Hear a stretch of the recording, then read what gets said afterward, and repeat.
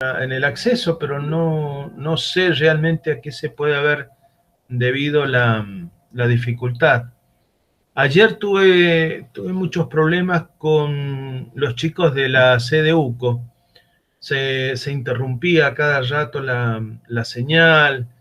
Había dificultades ayer, no sé si por el tiempo o por alguna otra circunstancia.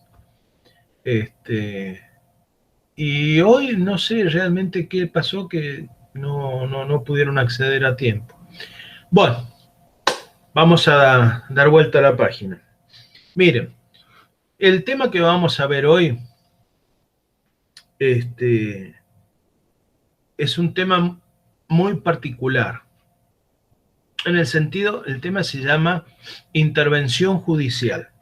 Está en el programa, está en la unidad 2, intervención judicial. Son poquitos artículos.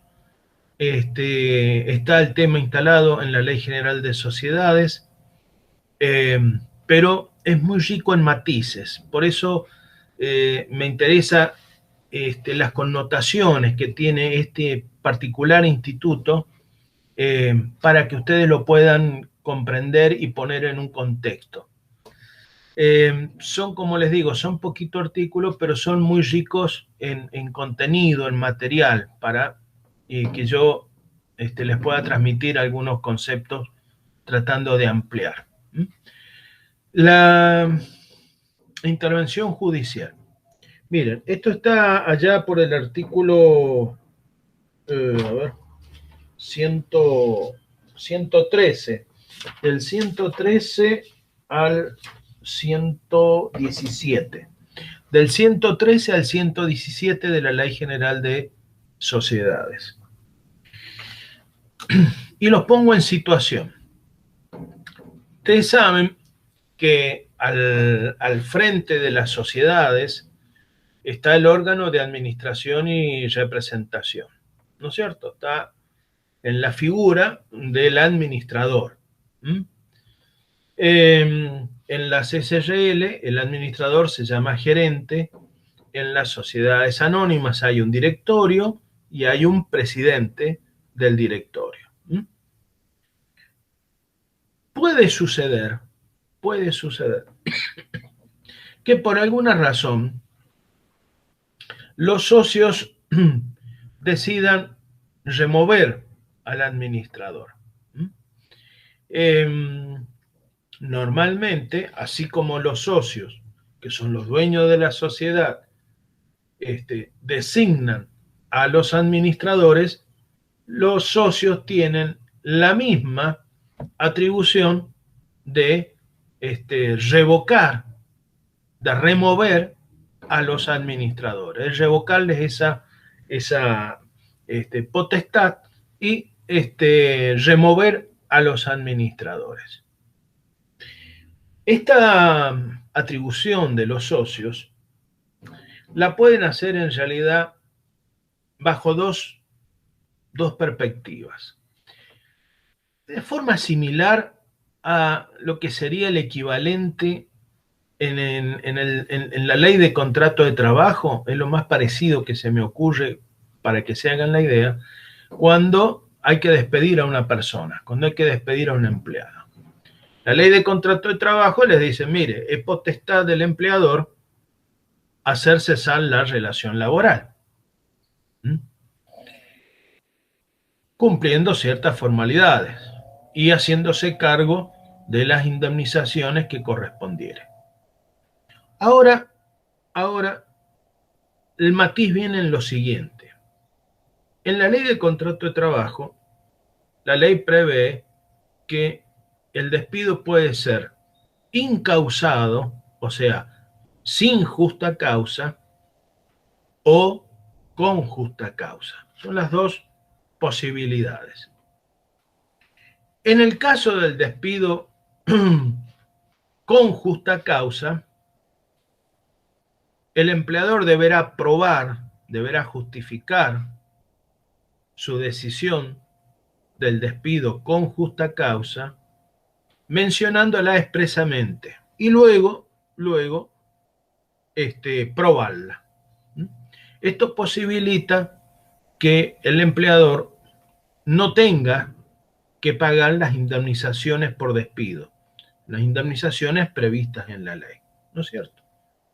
Obviamente, lo dice también la ley de contrato de trabajo, estas causas deben ser de tal gravedad, de tal magnitud, que realmente impidan la continuación del contrato laboral, ¿no es cierto? De la relación empleado-empleador. Pero tiene que hacerse, perdón, y si esto queda demostrado, el empleador queda liberado de pagar las indemnizaciones que pudieran corresponder. En cambio, en el despido sin causa, el empleador directamente comunica el cese de la relación laboral a su empleado, pone a su disposición las indemnizaciones que correspondieran y entonces de esa manera cumple con los prescriptos en la ley de contrato de trabajo. Y ahora viene, ¿por qué les hago esta introducción? Por la similitud, para tratar de explicarles la similitud, cuando los socios deciden remover al administrador, no existe una relación laboral. Yo les dije que en el caso de los administradores de sociedades no se considera una relación laboral en los términos de empleador-empleado, ¿no es cierto? Sino que es una relación que surge del derecho societario en el ámbito de sociedades. Es un contrato, pero no laboral, es un contrato. Los socios designan a una persona para desempeñar el cargo de administrador, deberán acordar las condiciones, deberán acordar las remuneraciones. Es lógico también que se acuerden ciertos términos económicos en caso de desvinculación anticipada, porque esta designación tiene un plazo normalmente. Entonces, en caso de una desvinculación o un cese antes del plazo, pueden preverse algún resarcimiento económico.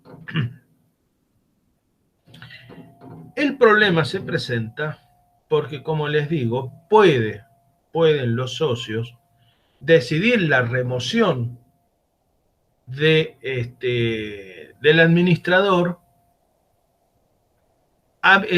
invocando alguna causal, haciéndole cargo de algo por acción o por omisión, o bien directamente le comunican el cese del contrato, ¿no es cierto? Que queda removido de su función de administrador. En cuyo caso,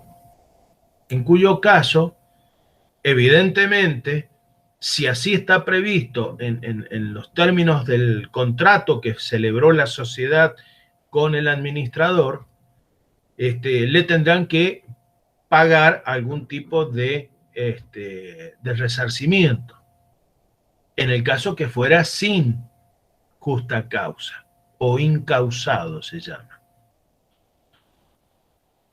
Allí no habría mayor problema porque es como toda interrupción de un contrato se interrumpe antes de tiempo, bueno, puede no gustarle, obviamente a nadie le gusta porque uno se ordena,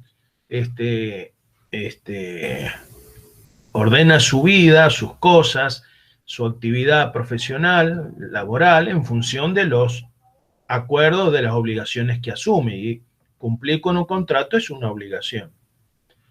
Entonces, pero sí, a ese administrador lo resarcen económicamente, obviamente no tiene de qué quejarse. Acepta y listo. Queda desplazado, queda removido de su cargo. El problema se presenta cuando los socios pretenden remover al administrador argumentando justa causa. La justa causa también aquí, obviamente, debe ser de tal entidad, de tal gravedad, en razón del incumplimiento por parte del administrador de algún deber a su cargo o por omisión, ya sea entonces por acción o por omisión. ¿Mm? Por ejemplo, lo que se me ocurre por omisión es obligación de los administradores tener la contabilidad al día, confeccionar estados contables de manera periódica y tener la contabilidad al día.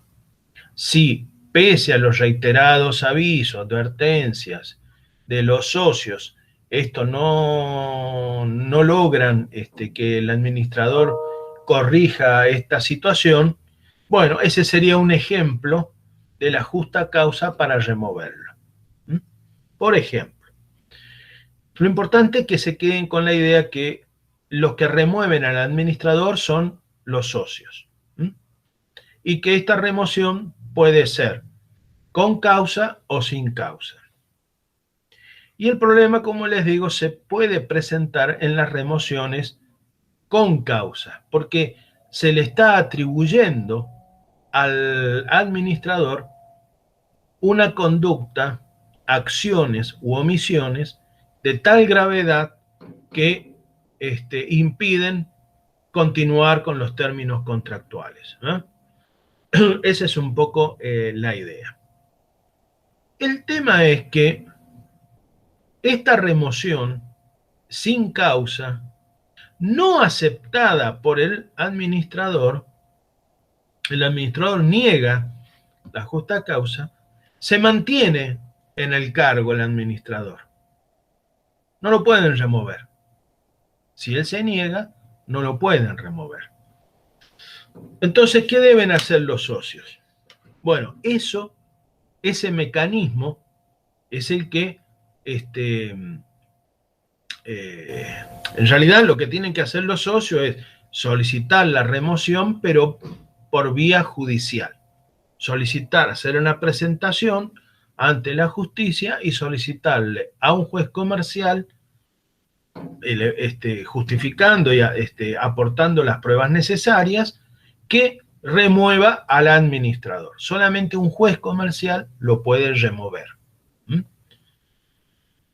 Pero mientras tanto, el administrador sigue en funciones. Los socios lo que han hecho es promover la denominada acción de remoción ante la justicia. Acción de remoción, así se llama. Es la acción particular dirigida, presentada en la justicia, solicitando la remoción del administrador con justa causa. Pero mientras tanto, el administrador sigue en funciones. Entonces, ¿qué hacemos?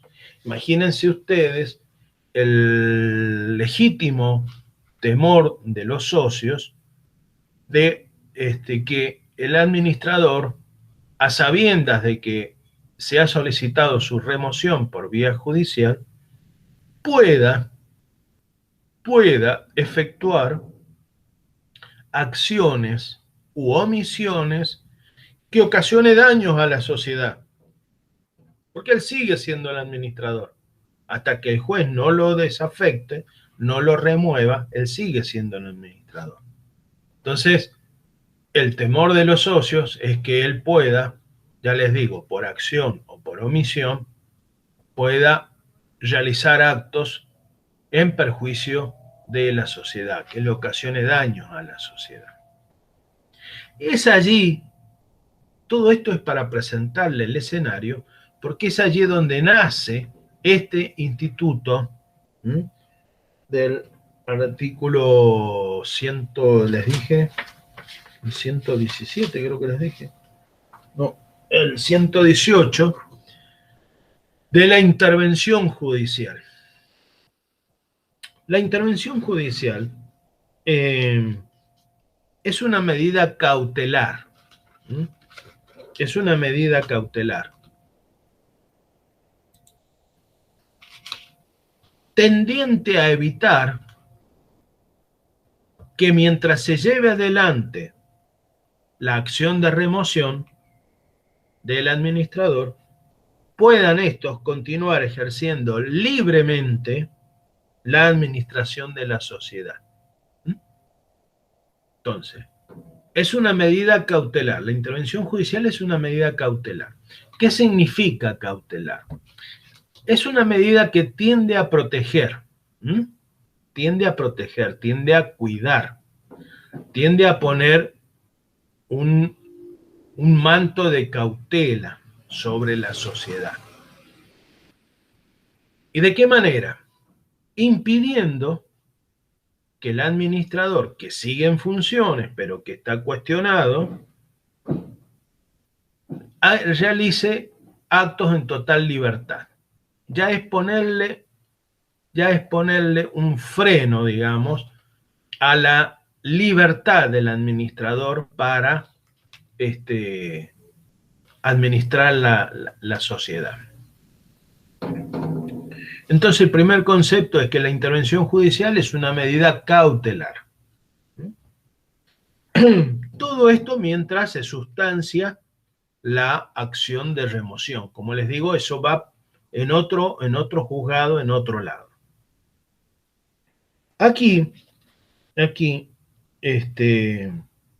la intervención judicial la solicitan los socios. ¿A quién se la solicitan? A un juez comercial. Le elevan los antecedentes, que ya vamos a ver cuáles son, la ley enumera los requisitos, y le solicitan al juez la intervención judicial.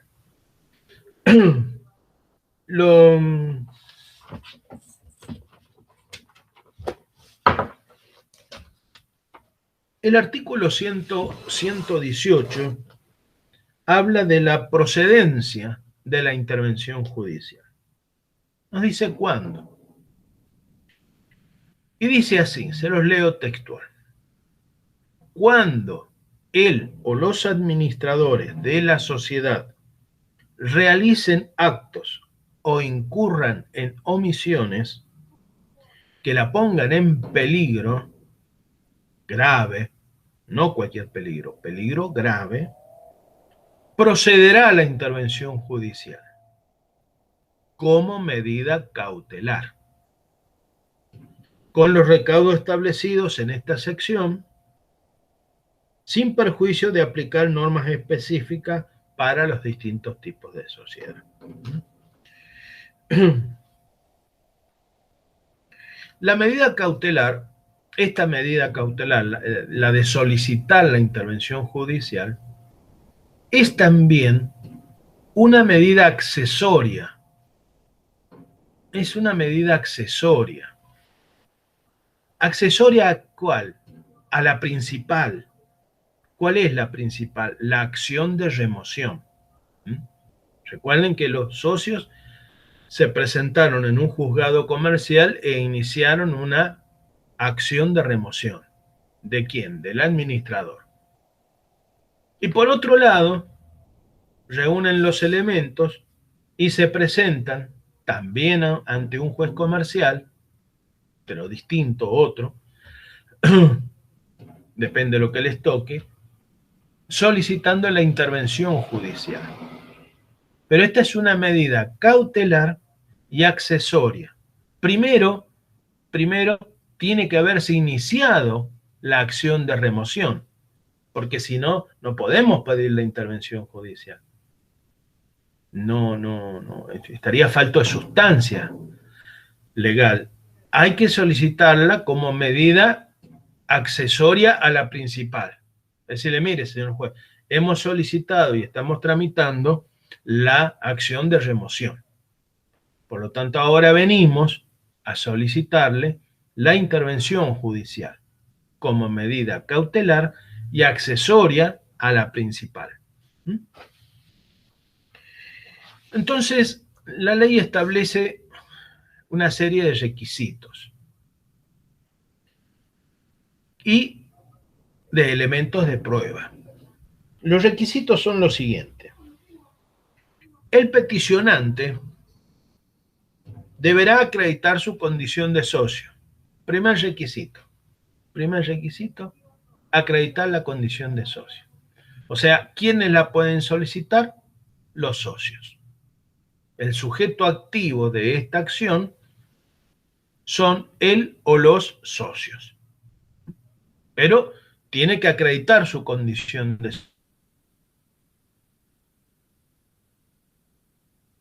socio.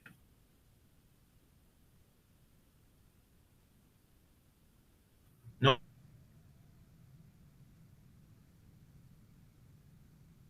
no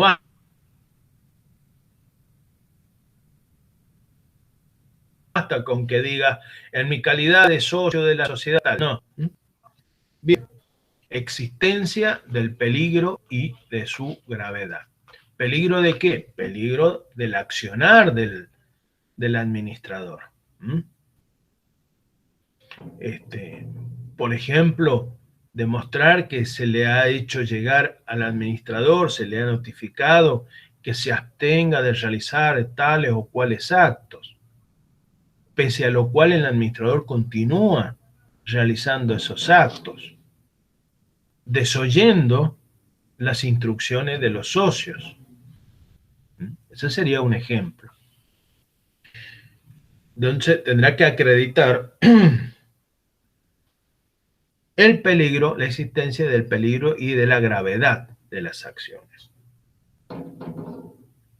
Tercer requisito. Tercer requisito. El socio tiene que mostrarle al juez que agotó las vías, los recursos y las vías previstas en el contrato. Las vías administrativas, que él intentó, en lo que está a su alcance, corregir, comunicarse con el administrador y corregir su conducta. Obviamente sin éxito. Entonces, aportará cartas documento, aportará actas donde se lo notifica al administrador para que o haga o deje de hacer tal o cual cosa,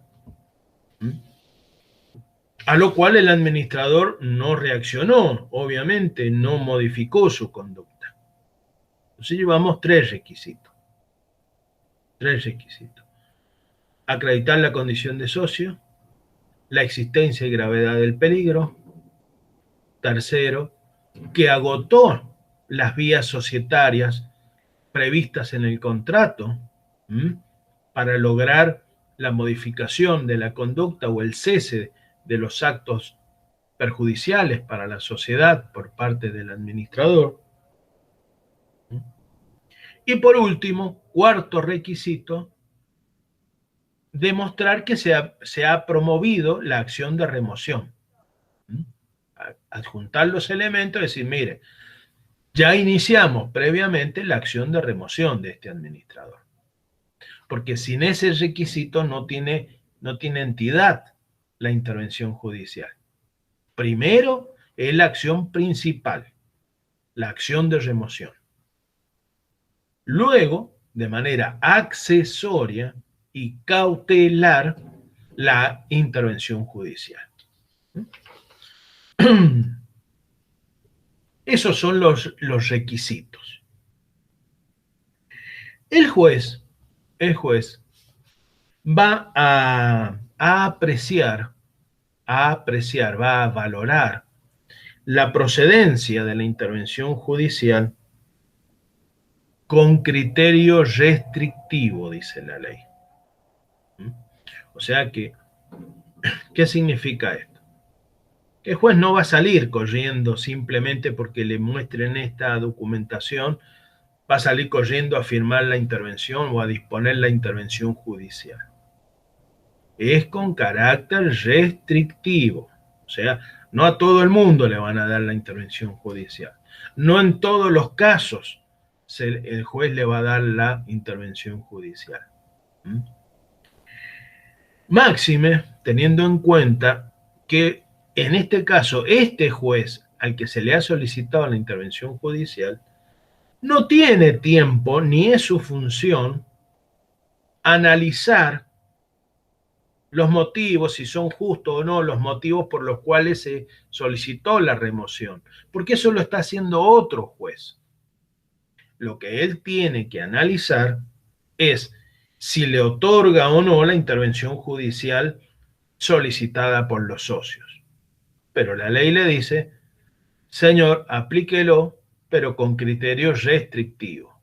O sea, no salga corriendo a, a otorgar la intervención judicial. Es con criterio restrictivo, o sea que lo va a pensar dos veces el juez antes de resolver la intervención judicial.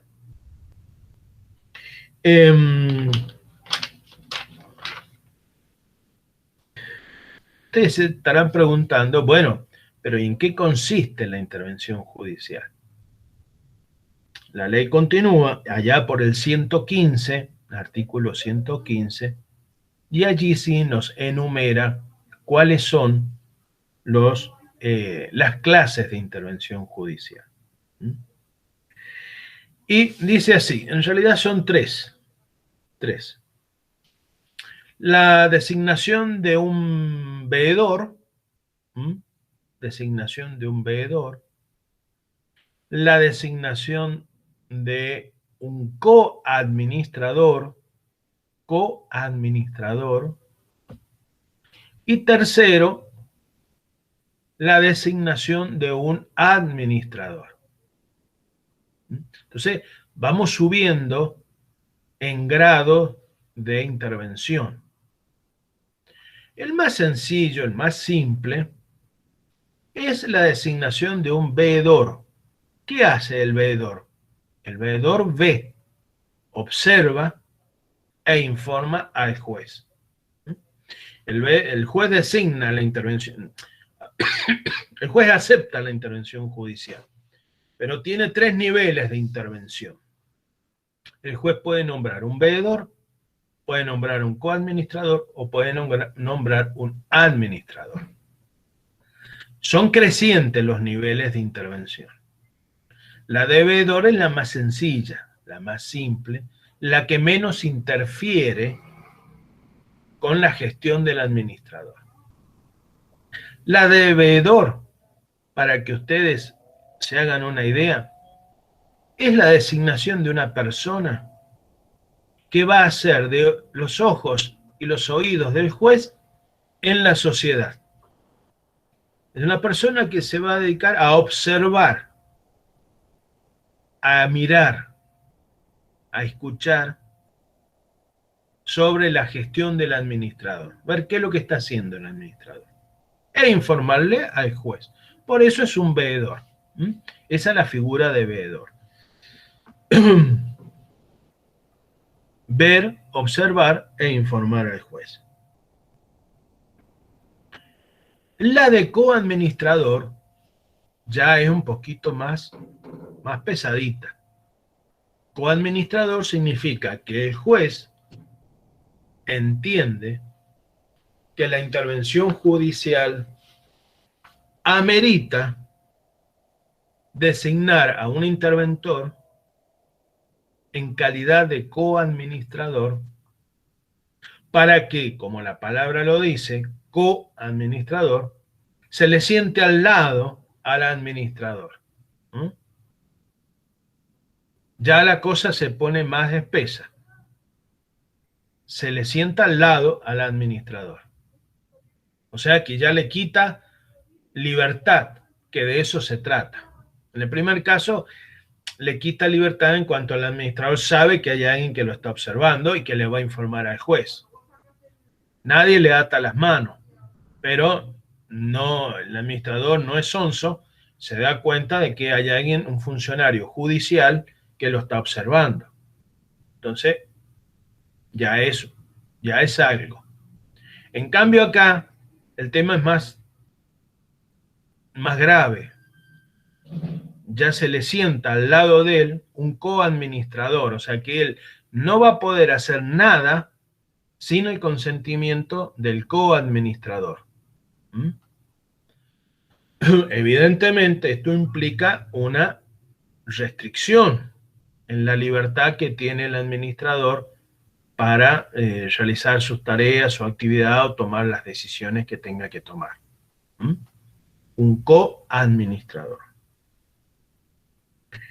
Y en la tercera clase de intervención judicial, allí la cosa directamente se puso lo suficientemente grave, mal y espesa, en donde el juez dice, bueno, señor administrador, levante sus cosas, váyase a su casa, porque designo un interventor administrador judicial.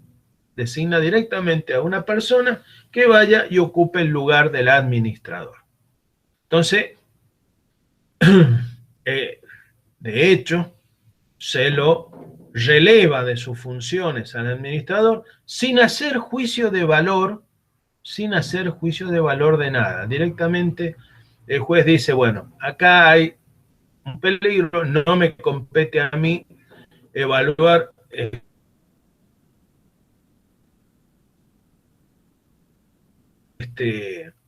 si era o no procedente la acción de la emoción, pero la cosa está lo suficientemente grave como para que este señor lo releve del cargo y lo mande a su casa. No lo está acusando de nada en realidad, pero el juez interpreta que es de suficiente gravedad la situación que amerita que lo que corresponda sea el reemplazo de este administrador por un interventor judicial. Entonces ahí tenemos las tres clases de intervención judicial. La designación de un veedor que va y mira, observa, informa al juez. La designación de un coadministrador, que es otro administrador que se le sienta al lado al juez. O directamente el desplazamiento del administrador, dice, señor, váyase a su casa, está todo bien, pero váyase a su casa. Y se designa entonces en su reemplazo a un administrador interventor judicial. ¿Se entiende hasta acá, chicos, la figura esta que estoy intentando describirles? Sí, profe. Chicas, bueno. Bueno, ¿cómo sigue la cosa? A ver, les voy a hacer un breve comentario, les voy a leer lo que dice acá los comentarios de la ley. El mero veedor, su misión es la de inspección dentro de la sociedad. Verificar la existencia y estado de los bienes, controlar diariamente el normal y adecuado funcionamiento del órgano de administración, las operaciones sociales que realiza, informando al juez de la causa. No interviene en la administración ni desplaza al administrador o administradores. No interviene, no opina, no participa, solamente se informa, observa y le transmite al juez. Por eso les decía, son los ojos y los oídos del juez en la sociedad.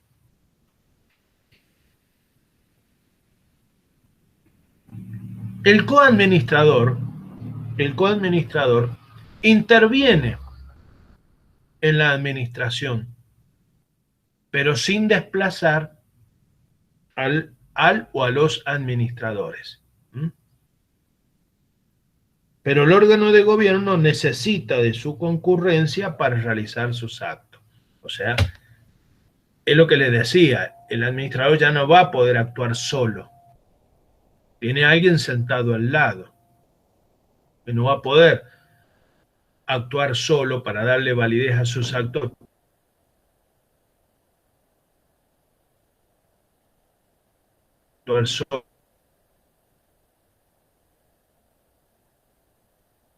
Solo.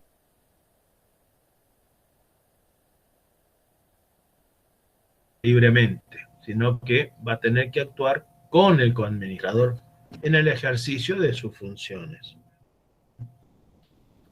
Ahora bien, ¿quién le dice ¿quién le dice a los interventores judiciales qué es lo que tienen que hacer? La respuesta es sencilla. El juez. El juez, al designar a los interventores judiciales, ya sea veedor, coadministrador o administrador, el juez es el que les indica, cuando los designa, señor, esta será su función, esta será su tarea. Y se los indica. El juez es el que les da la tarea, la indicación de qué es lo que deben hacer. Y acá viene una acotación muy, muy importante. Decimos que el juez es el que le dice a los interventores judiciales qué es lo que tienen que hacer. Pero esto a su vez tiene un límite. El propio juez tiene un límite en cuanto a fijar las atribuciones de los funcionarios judiciales que van a trabajar en la intervención judicial. El propio juez tiene un límite. Viene dado por los límites que tenía el administrador que ha sido intervenido.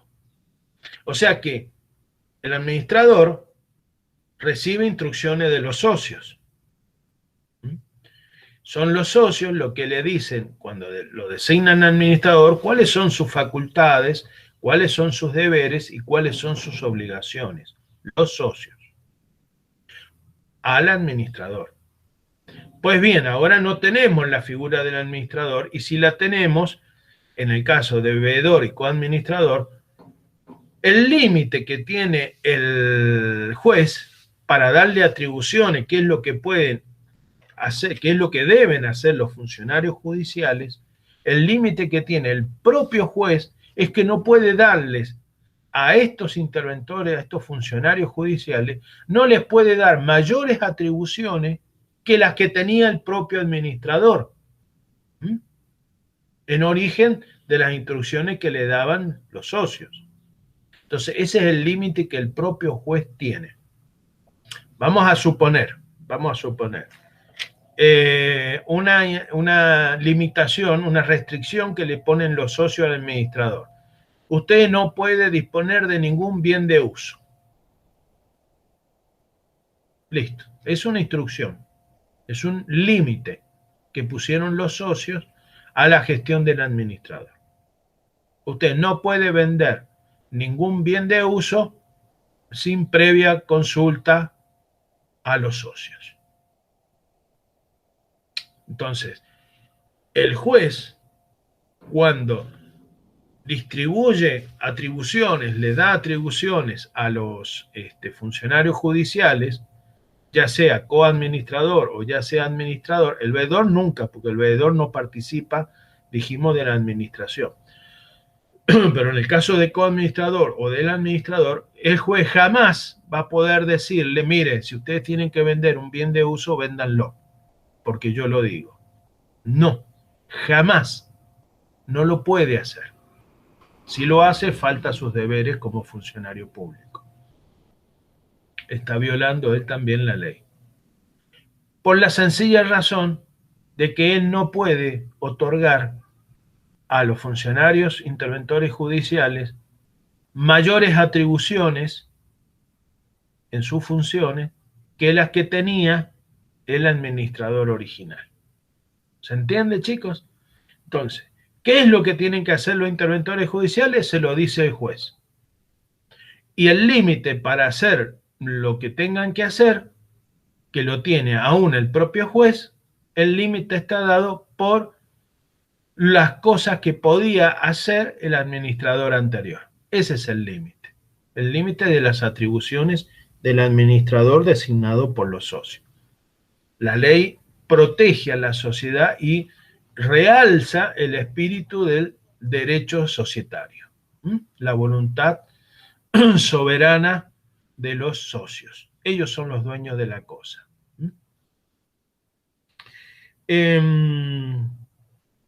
Entonces, el juez fija la clase de intervención. El juez fija las atribuciones que tienen los interventores judiciales.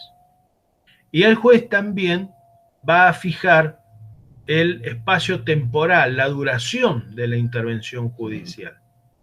No puede existir una intervención judicial sin plazo. Él no puede emitir una resolución y decir designo coadministrador o veedor a fulano, sultano, sin expresión de plazo. Tiene que haber un plazo.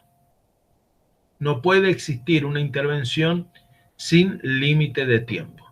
Tiene que haber un plazo.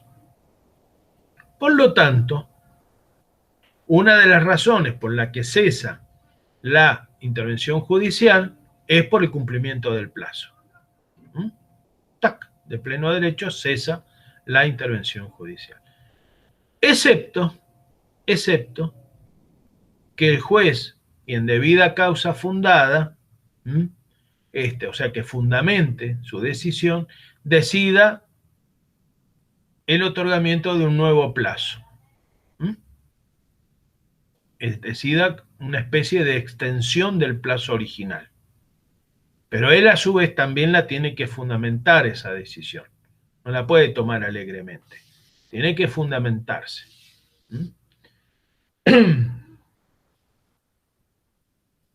Entonces tenemos el límite temporal a la intervención judicial. Dice así. Continuando con el 115, habla de la misión y las atribuciones.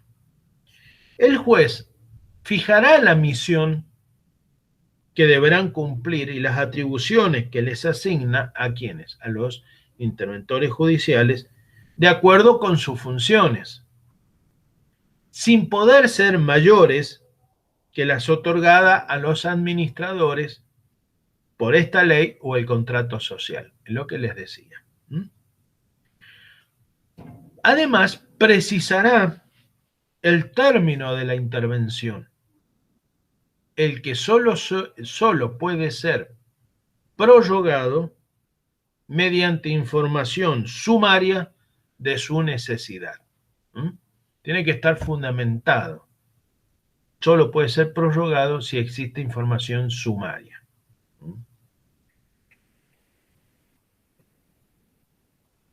Bien. Vamos a ver ahora la figura, continuando con el articulado de este instituto, la figura de lo que se llama contracautela. El artículo 116 nos dice, el peticionante deberá prestar contracautela que se le fije, de acuerdo con las circunstancias del caso, los perjuicios que la medida pueda causar a la sociedad y las costas causídicas. Vamos a ver qué significa esto. Recuerdan ustedes que yo les dije que el juez que tiene que resolver una petición de intervención judicial no tiene por qué, no es su tarea, resolver sobre la cuestión de fondo, que es las causales, las justas causales de remoción del administrador. Eso se está resolviendo en la acción de remoción. Él simplemente tiene que decidir, en base a los elementos que le han aportado, si otorga o no la intervención judicial. Y acá los plazos son importantes, porque está corriendo peligro. Los socios le están diciendo, señor juez, estamos corriendo peligro. Está presente la existencia de un daño real y un peligro para la sociedad y los bienes, los intereses de la sociedad. Entonces él está en una situación difícil porque tiene que decidir, por un lado, con criterios restrictivos, pero por otro, es consciente de que cada minuto que pasa le está dando más posibilidades al administrador de, por acción u omisión, cometer algún acto en perjuicio de la sociedad. Entonces, dada esta circunstancia, la ley prevé que al peticionante, recuerden que era un socio, la intervención judicial la puede pedir solamente uno o varios socios. Entonces la ley dice, mire, señor juez, ¿sabe qué? Vamos a hacer lo siguiente. Usted tiene que tomar una medida de acción de manera rápida, tiene que proteger los intereses de la sociedad. Entonces vamos a hacer lo siguiente. Le vamos a fijar una contracautela al peticionante. La contracautela no es otra cosa que una suma de dinero que se exige como garantía, ¿m? Y para a su vez, ¿como garantía de qué? Como garantía de si por realizar la intervención judicial se ocasiona algún daño a un tercero, salir a responder por ese daño. ¿M? Y además, para atender los gastos causídicos. Los gastos causídicos son los gastos propios de la justicia. Ustedes imaginan que designar un interventor judicial implica pagar honorarios de una persona. ¿Mm? Alguien tiene que pagar eso. Implica gastos de traslado, implica gastos de comunicación, etcétera. ¿Quién afronta esos gastos? Bueno, esos gastos forman parte de los gastos causídicos, son gastos de la causa. Entonces, la contracautela es una prestación dineraria que se le exige al peticionante de la medida. ¿Para qué? Para atender posibles daños ocasionados por la intervención judicial y para atender los gastos causídicos, ¿m? Que pueda ocasionar la medida.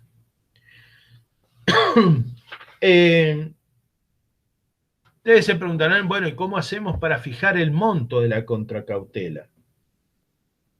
Más allá de un análisis particular, cada caso es particular en sí mismo, el criterio es que a mayor, fíjense la palabra que yo voy a utilizar, a mayor verosimilitud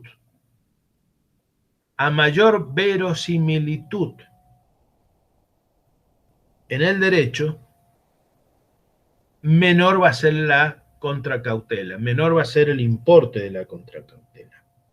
Existe una relación inversamente proporcional, porque a mayor verosimilitud, menor monto de la contracautela.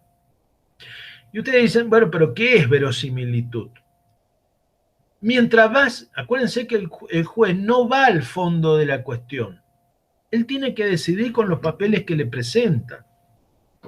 Entonces, mientras más verosímil, o sea, mientras más parecido a la verdad sean los comprobantes, los documentos, las pruebas que se le hagan llegar al juez, mientras más parecidos sean a la verdad, menor va a ser la contracautela. Porque más persuadido va a estar el juez de que efectivamente la designación de un interventor judicial va a ayudar a, o por lo menos no va a agravar la situación, sino que va a ayudar a evitar mayores daños. Entonces, hay una relación inversa entre al fijar el monto de la contracautela, entre la verosimilitud de todas las pruebas que él lo convencen de que efectivamente tiene que salir rápidamente a designar un interventor judicial, menor va a ser el monto de la contracautela. Ya al revés, mientras más dudas le hayan quedado al juez respecto a la decisión que tiene que tomar, mayor va a ser el monto de la contracautela. ¿Mm? ¿Se entendió, chicos?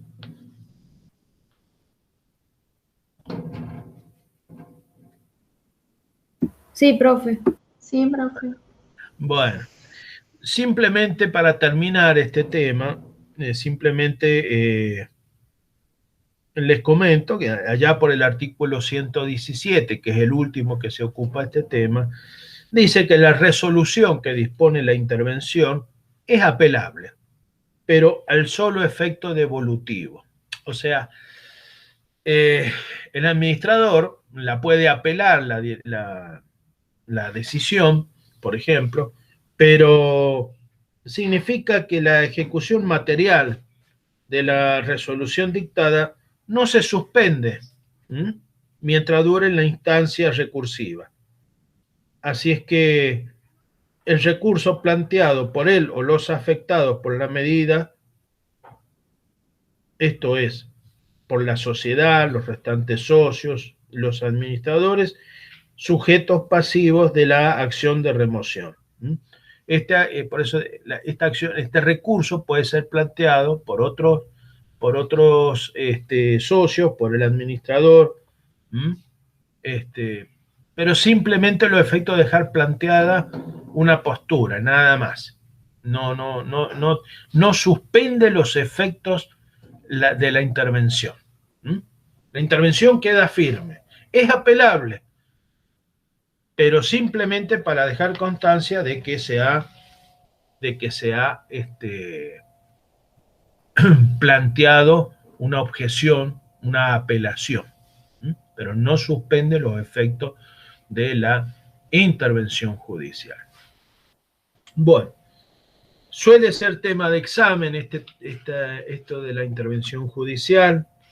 Es un tema muy cortito, pero como les digo, muy rico en matices. Esto va de la mano luego les va a servir por ejemplo, cuando vean en actuación profesional o en la intervención judicial. Esto se da también, acá lo estamos viendo en el ámbito de las Ley General de Sociedades, pero también se da en el ámbito de las asociaciones civiles, por ejemplo, cuando Dirección de Personas Jurídicas, Dirección de Personas Jurídicas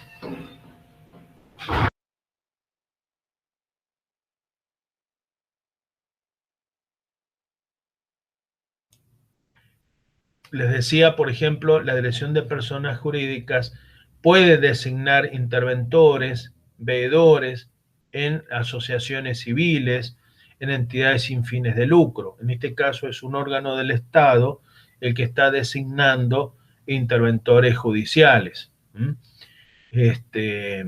No, en este caso no es una medida, no es una medida judicial, sino es una medida administrativa. Se les llama así, interventores. Y también les va a servir, por eso les digo, más adelante en otros ámbitos, porque en el ejercicio de la profesión, en algún momento, podemos ser llamados o convocados para ser interventores judiciales. Así que es un tema cortito, pero muy rico en matices, utilizado en la práctica y que requiere, bueno, de un manejo profesional. Así es que por eso es lindo que lo sepan, porque les puede ser de utilidad el día de mañana. ¿Alguna pregunta, chicos? No, profe, por mí. No, profe. No. Bueno, ¿se entendió entonces? Bueno.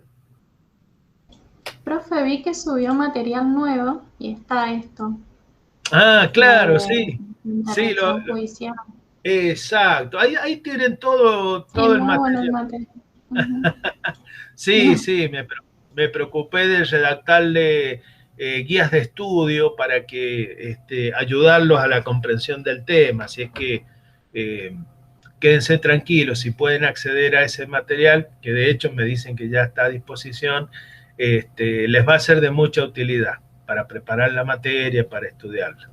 De todas maneras, cualquier duda, cualquier pregunta, ya saben, siempre me pueden consultar. Bien, coméntenlo con los otros chicos, que accedan al aula, que ahí está el material, ¿no? Que no se hagan problema.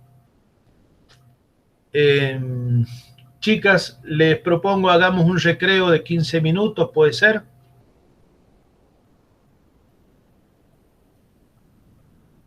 Bueno, profe. Bueno, bueno. Bueno, son las 18:05, 18:20, nos volvemos a conectar. ¿Ah? Hacemos un recreito y continuamos con otro temita. Bueno. Bueno. Vamos. 18:20 nos conectamos otra vez.